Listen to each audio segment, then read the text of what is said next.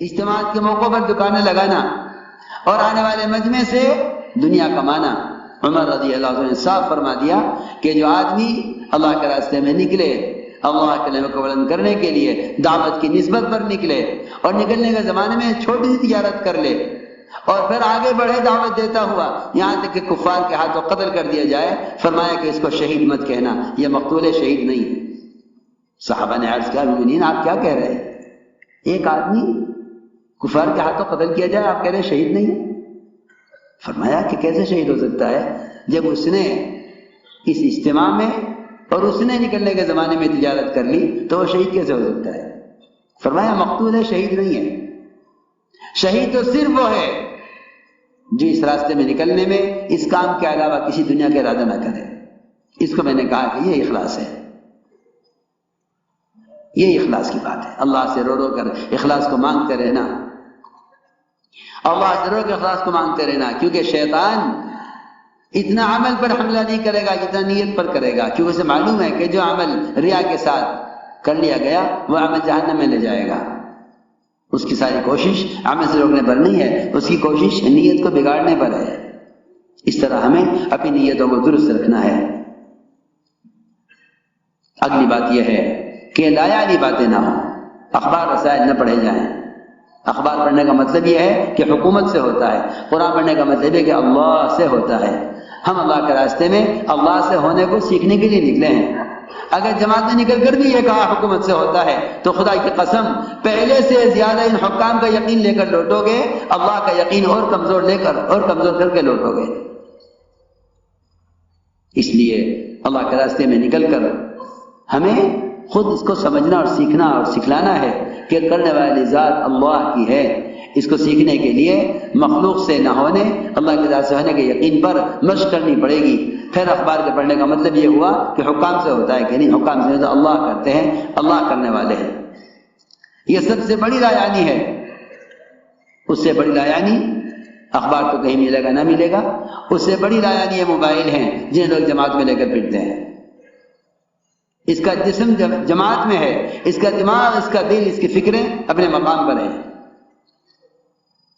یہ کہنا کہ ہاں ٹھیک ہے وقت لگا لیں گے مگر تجارتی کام بھی ہو جائیں، میں عرض کر چکا ہوں کہ اللہ کا راستہ میں نکل کر تجارت یہی نہیں آپ کچھ خریدیں بیچیں۔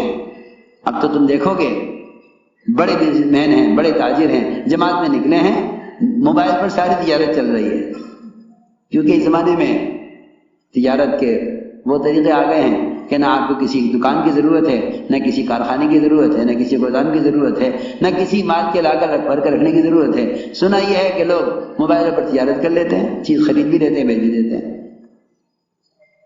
ہاں کیوں؟ جماعت میں نکل کر یہ تجارت ہدایت کیسے ملے گی؟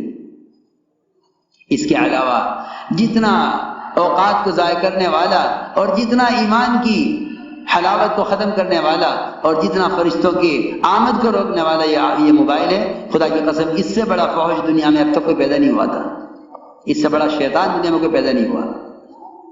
یہ 100 شیطانوں کا ایک شیطان ہے جسے جماعت میں ساتھی لے کر پھرتے ہیں اور سمجھتے ہیں کہ ہم بیانات ٹیپ کر کے پہنچا رہے ہیں، دین کی خدمت کر رہے ہیں۔ دین کی خدمت نہیں کر رہے، دین کے ساتھ کھیل کر رہے ہیں، یہ دین کے ساتھ کھیل کر رہے ہیں۔ یہ خیانت ہے، یہ دین کے ساتھ کھیل کرنا ہے کہ آوازیں ٹیپ کر کے پہنچانا اور سمجھتے ہیں کہ دین کی خدمت کر رہے ہیں۔ مجھے تعجب ان لوگوں پر جو بیانات ٹیپ کر کے پھیلاتے ہیں اور سمجھتے ہیں کہ ہم دین کی خدمت کر رہے ہیں۔ نہیں، یہ خدمت نہیں ہے، یہ خدمت نہیں ہے، بلکہ دین کی باتوں کو لے کر خود پھرو، یہ دین کی خدمت ہے۔ نشر و اشاعت کرنا اور آوازیں منتقل کرنا یہ تو رواجی چیزیں ہیں، ان سے ہدایت کے ملنے کا، تربیت کا اور علم کے پھیلنے کا تو کوئی سوال ہی نہیں ہے۔ یہ تو دھوکہ لگا ہے زمانے کے لوگوں کو کہ یہ بھی ایک طریقہ ہے، یہ کوئی طریقہ نہیں ہے۔ میں کل بھی عرض کیا تھا میں نے، نماز جیسا محدود وقت کا عمل، اسلام کا رکن فریضہ نماز، اس کے لیے جمع کرنے کے واسطے اگر ڈھول اور سارنگی اور آگ جلا کر لوگوں کو جمع کرنے کا ارادہ کیا تو آپ نے اس کو پسند نہیں فرمایا۔ بھائی یہودیوں کا طریقہ ہے، نصارہ کا طریقہ ہے، مجوس کا طریقہ ہے، ہمارا طریقہ یہ نہیں ہے کہ ہم اس پر آواز دے کر لوگوں کو نماز کے لیے جمع کریں۔ تم جا کر لوگوں کو نماز کے لیے بلا کر لاؤ۔ لو جی، اور اس زمانے کے لوگ ان حالات کو جو محض فحش سے اور گند سے بھرے ہوئے ہیں، انہیں دین کی اشاعت کا ذریعہ سمجھتے ہیں اور اسے کرنے کو دین کی خدمت سمجھتے ہیں. کہ ہم خدمت کر رہے ہیں، کیا آپ کی بات وہاں پہنچا رہے ہیں. ہمیں ان لوگوں سے بالکل اتفاق نہیں ہے اور ان لوگوں کے اس کام سے بالکل خوشی نہیں ہے جو دین کی باتوں کو ٹیپ کر کر کے پھیلاتے ہیں. یہ طریقہ نہ اسلام کا ہے، نہ سنت کا ہے، نہ یہ دعوت کا مزاج ہے. ہمارے جیسے کہ ملفوظات میں ہے کہ ہمیشہ اس کام کو آلات اور رواجی شکلوں سے، اخبار اور رسائل سے اس کام کو بچانا ہے، کیونکہ اس کام کا مقصد احیاء سنت ہے اور یہ چیز خلاف سنت ہے. بس سب بات ہے، لا یعنی باتیں ہرگز نہ کیجو. احد کے میدان میں صحابی شہید کیے گئے، احد کے میدان میں صحابی شہید کیے گئے اور ان کی لاش کو وہاں سے اٹھا کر ان کے گھر پہنچایا گیا. حضور اکرم صلی اللہ علیہ وسلم تشریف لے گئے ان کے گھر اور آپ نے ان کے گھر والوں کو تسلی دی. ان کی والدہ بیٹھی ہوئی تھی لاش کے پاس، ان کے چہرے سے مٹی پہنچتے ہوئے کہنے لگی، میرے بیٹے تمہیں جنت مبارک ہو، تمہیں جنت مبارک ہو. آپ نے فرمایا ان کی والدہ سے، تم نے اس کو کیسے جنتی کہہ دیا؟ تمہیں کیا معلوم کہ اس نے اللہ کے راستے میں نکل کر بیکار بات کی ہو؟ ذرا اندازہ تو کریں. ہم تعلیم ہو گئی، اب بیٹھے ہیں، دکان پہ کسی چھوڑ کر آئے تھے، کھیت کا کیا حال ہے، تم گھر میں کسی چھوڑ کر آئے، گھر والی کا کیا حال ہے، گھر کی باتیں شروع ہو گئی. اور وہاں احد کے میدان میں جبکہ شہید کے خون کا قطرہ پہنچتا نہیں زمین پر، اس سے پہلے اس کی مغفرت کر دی جاتی ہے. لو شہداء احد کے اور صحابی، اور آپ کیا فرمائیں ان کی والدہ سے، تم نے اس کو کیسے جنتی کہہ دیا؟ تمہیں کیا معلوم اس نے دو کام اللہ کے راستے میں نکل کر کیے ہوں، ایک لا یعنی باتیں کی ہوں، یا دوسرا کام یہ کہ کوئی لوٹا، کوئی چادر، کوئی لاٹھی، کوئی ضرورت کی چیز کسی کو دینے سے انکار کر دیا ہو جس کے دینے میں اس کو کوئی نقصان نہیں تھا. یہ بھی فرمایا ساتھ میں. ساتھی کہتے ہیں میرا لوٹا ہے تو میری چادر ہے. فرمایا کوئی چیز اپنے بھائی کو دینے سے روکنی ہو جس کے دینے میں اس کا کوئی نقصان نہیں تھا. تو میں نے عرض کیا کہ لا یعنی باتیں نہ ہوں. اس طرح ہمیں اللہ کے راستے میں نکلنے میں وقار، سنجیدگی، اپنے امیر کو پہچاننا، امیر کی اطاعت کے ساتھ چلنا، چلنے میں بھی خاص طور پر بازاروں کے ماحول سے گزریں تو کلمہ پڑھتے ہوئے غیروں کے معابد پر گزر ہو، غیروں کے معابد پر گزر ہو تو لازم ہے کہ لا الہ الا اللہ وحدہ لا شریک لہ لہ الملک والحمد یحیی ویمیت وحی لا یموت بیدہ الخیر وہو علی کل شیء قدیر. یہ پڑھتے ہوئے گزرنا چاہیے، ورنہ والے ایسا فرماتے تھے کہ ایسے مواقع پر ایمان کے سلب ہو کہ کہاں اس کلمے کا پڑھنا زیادہ ضروری ہے. جی ہاں، غیروں کے معابد پر گزرتے ہوئے میں تم سب سے کہہ رہا ہوں کہ اگر اس کلمے کے پڑھنے کا اہتمام نہیں کرو گے تو ایمان خطرے میں پڑ جائے گا. شیطان ایسے موقعوں پر ایسے وساوس دل میں پیدا کرتا ہے جس سے نعوذ باللہ، خدا نہ کرے، اللہ نہ کرے، آدمی کا دل جو ہے باطل کی طرف یا کفر کی طرف مائل ہونے لگے. اس کا بہت خیال کرنا چاہیے. اس طرح ہمیں چاہیے کہ جماعت میں مجتمع ہو کر چلیں اور وقار سے چلیں. ہمارا سفر اول تو جہاں تک ہو سکے پیدل چلیں. اللہ کے راستے کا پیدل چلنا جہنم کی آگ کو حرام کر دیتا ہے. صحابہ نے صاحب میں اعلان کیا ہے اس کا، صحابہ نے صاحب اس کا اعلان کیا ہے کہ اللہ کے راستے پیدل چلنا جہنم کی آگ کو حرام کر دیتا ہے. صحابہ سب سواری سے نیچے اتر گئے اور اس دن سے زیادہ صحابہ پیدل چلنے والے کبھی دیکھے نہیں گئے. اسامہ رضی اللہ تعالیٰ عنہ سوار تھے، حضرت ابوبکر حضرت اسامہ کو روانہ کرنے کے لیے مدینے سے نکلے. یہ بات سب کے ذہن میں رہے. ہماری جماعتوں کی نقل و حرکت کا مقصد اور ان جماعتوں کی نقل و حرکت پر جتنے وعدے ہیں اور ان پر جتنے اجر، جتنے اجور ان پر ہیں، خدا کی قسم یہ سارا کام صحابہ کرام کے کام کے عین مشابہ ہے، عین مشابہ ہے. کام ہی وہی ہے، کام ہی وہی ہے. اس لیے کہ اعلاء کلمۃ اللہ، احیاء دین، یہ اس کام کا اصل مقصد ہے.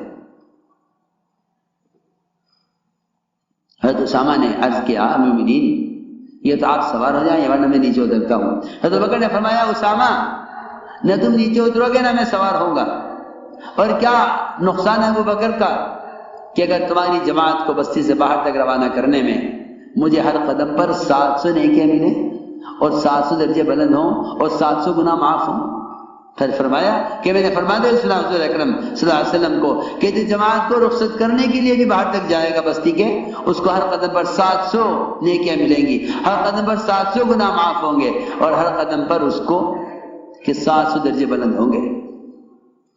پھر جب رخصت کرنے والے کے لیے اجر ہے تو نکلنے والے کے لیے کیا اجر ہوگا؟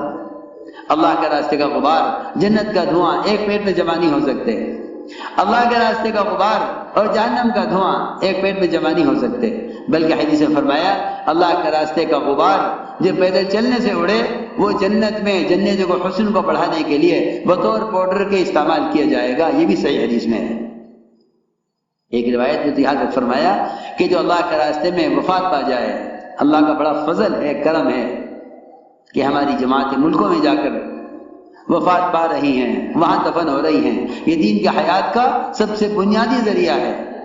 میں تو خوشخبری دیتا ہوں ان خاندانوں کو، میں تو خوشخبری دیتا ہوں اور سعادت مند سمجھتا ہوں ان خاندانوں کو جن کے خاندان کے لوگ ملکوں میں جا کر دفن ہو گئے ہیں، اور ان ملکوں کے لیے خوشخبری ہے جن ملک کے لوگ ہندوستان میں آ کر دفن ہو رہے ہیں۔ یہ صحابہ کرام کی اصل سنت تھی، آپ کی تمنا تھی، یہ آپ علیہ وسلم کی تمنا تھی کہ میرے صحابہ مدینے سے نکل کر ملکوں میں جا کر دفن ہوں، یہ آپ کی تمنا تھی۔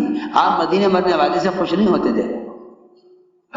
مدینے کی فضیلت، مدینے کے انوارات، مدینے میں دجال کا داخل نہ ہونا، مدینے میں دین کا سمٹ جانا، سارے فضائل مدینے کے اپنی جگہ، لیکن آپ صلی اللہ علیہ وسلم مدینے مرنے والے کو اچھا نہیں سمجھتے تھے۔ وہ صحابی جو مدینے میں مر رہے تھے فرمایا کاش اس کی وفات مدینے سے باہر اللہ کے راستے میں ہوتی۔ جو صحابی مدینے میں مر رہے تھے وہ کاش کہہ رہے تھے اونٹ کی طرح مر رہا ہوں مدینے میں، کاش اللہ کے راستے میں ہوتا اور اللہ کے راستے میں کسی زخم سے روح نکلتی۔ اسی لیے اس راستے میں پھرنے والوں کے لیے یہ نہیں جہاں تک خشکی ہے وہاں تک چلے جاؤ، فرمایا جو اللہ کے راستے میں سمندری سفر میں، جو اللہ کے راستے میں سمندری سفر میں جائیں دوسرے ملکوں میں دین کو پہنچانے کے لیے، ان کے بارے میں فرمایا اگر ان کی وفات سمندری سفر میں ہوئی تو اللہ تعالی ان کی روح خود نکالیں گے، فرشتے سے نہیں نکلوائیں گے۔ دیکھو تو صحیح، کتاب الجہاد کی حدیث ہے، ابن ماجہ شریف کی روایت ہے، کتنی بڑی بات ہے۔ جو جماعتیں ملکوں میں جائیں گی سمندری راستوں سے، بڑے جزیرے ہیں، اللہ اکبر، 2-2 3-3 دن 4-4 دن ہفتہ بھر کشتیوں سے جزیروں میں جا کر جماعتیں دعوت دیتی ہیں۔ ہماری ہی جماعت جا رہی تھی، ایک کشتی میں سوار ہوئی، تعلیم ہو رہی تھی کشتی میں تعلیم ہو رہی تھی، منتخب احادیث میں سے روایت پڑھ کر سنائی، اور انہوں نے تعلیم کراتے حدیث بھی سنا دی کہ جو اللہ کے راستے میں سمندری سفر میں مرے اللہ اس کی روح فرشتوں سے نہیں نکلوائیں گے، حالانکہ سب کی روح فرشتہ نکالے گا، فرشتوں کی روح بھی فرشتہ نکالے گا، فرشتوں کی روح بھی فرشتہ ہی نکالے گا، لیکن اللہ کے راستے میں سمندری سفر مرنے والے کی روح اللہ خود نکالیں گے، یہ اللہ کے یہاں اس کا اعزاز ہے۔ تو وہ ایک نوجوان بیٹھا تھا تعلیم میں، کہنے لگا کہ یہ تو صحابہ کا درجہ ہوگا، ہمارے لیے کہاں ہو سکتا ہے؟ تعلیم میں بیٹھا ہوا نوجوان کشتی میں، امیر صاحب یہ تو صحابہ کا درجہ ہوگا۔ امیر صاحب نے کہا نہیں، یہ صحابہ کے لیے نہیں ہے فضیلت، یہ قیامت تک والی امت کے سب کے لیے ہے۔ تو کہنے لگے کیا ہم جیسے بھی اس قابل ہیں کہ اللہ ہماری روح نکالے؟ ساتھیوں نے آ کر سنایا کہ ابھی یہ کشتی اگلی جزیرے پر پہنچی نہیں تھی، یہ ساتھی تعلیم سے اٹھا، نماز پڑھی، نماز پڑھ کر لیٹا، خیر اللہ کیا، اور جب خیر اللہ اس کو اٹھایا تو اس کی روح نکل چکی تھی۔ سچی نیتوں والے یوں سبقت لے جاتے ہیں۔ اللہ ہر ایک کے دل کو ٹٹولتے ہیں، کیا ہے اس کے دل میں؟ اس کے دل میں اللہ کے راستے میں قبولیت کا ارادہ ہے، یا اس کے دل میں اپنے گھر میں رہ کر ملک و مال کمانے اور خواہشات کے پورا کرنے کا جذبہ ہے؟ اللہ ہدایت کا کام ان سے لیتے ہیں جنہیں اس راستے میں